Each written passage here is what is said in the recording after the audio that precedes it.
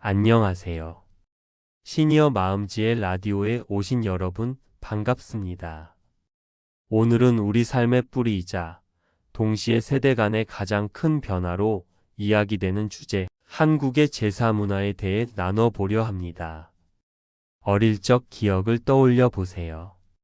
설이나 추석 아침 혹은 어느 달 어느 날 밤, 큰 상 위에 가지런히 놓인 과일, 전, 나물, 탕, 술잔, 향기로운 향내음.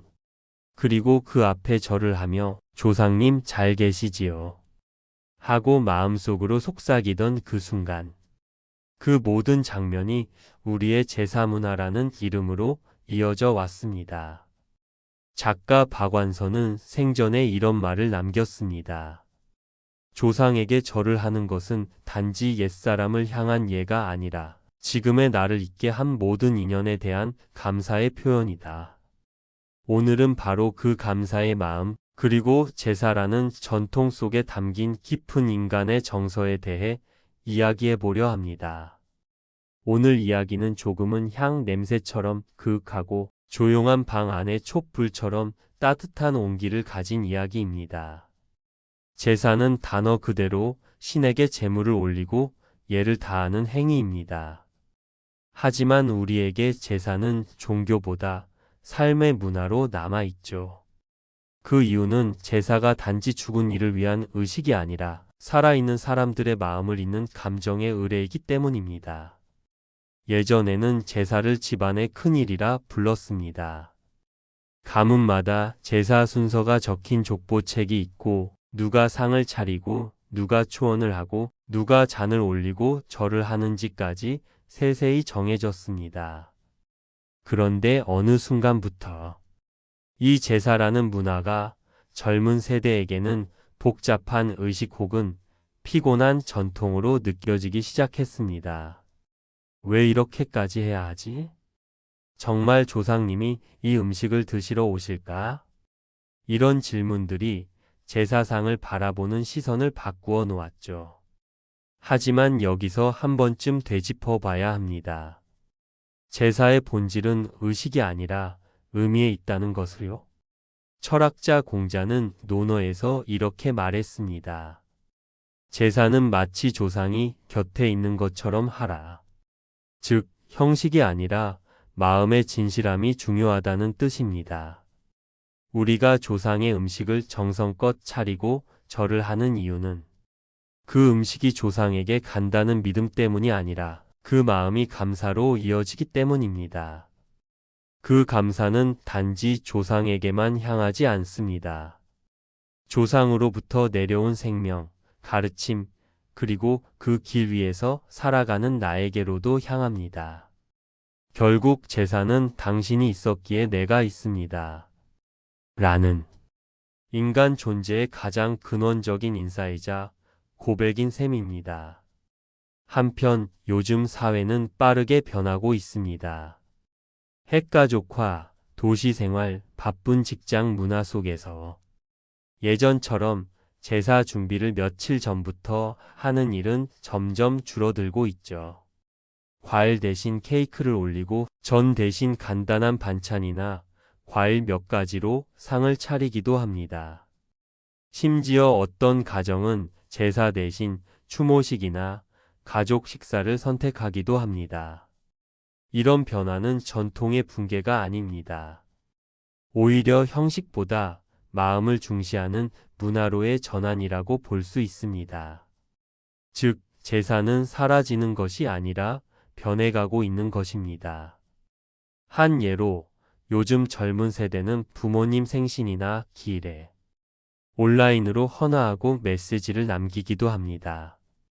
이는 제사의 형식은 달라졌지만 기억하고 감사하는 마음은 여전히 살아있다는 뜻이죠. 한 청취자분이 보내주신 사연을 소개할게요. 저희 집은 아버지가 돌아가신 뒤부터 제사를 간소화했어요. 전에는 어머니 혼자 새벽까지 음식을 준비하느라 고생이 많으셨는데 이젠 가족 모두가 함께합니다. 음식도 절반으로 줄이고 대신 그날 저녁엔 가족이 모여 아버지의 이야기를 나눕니다. 그땐 아버지가 이런 말씀을 하셨지 하며 웃고 울고 추억을 나누죠. 그게 우리 가족만의 제사가 되었어요.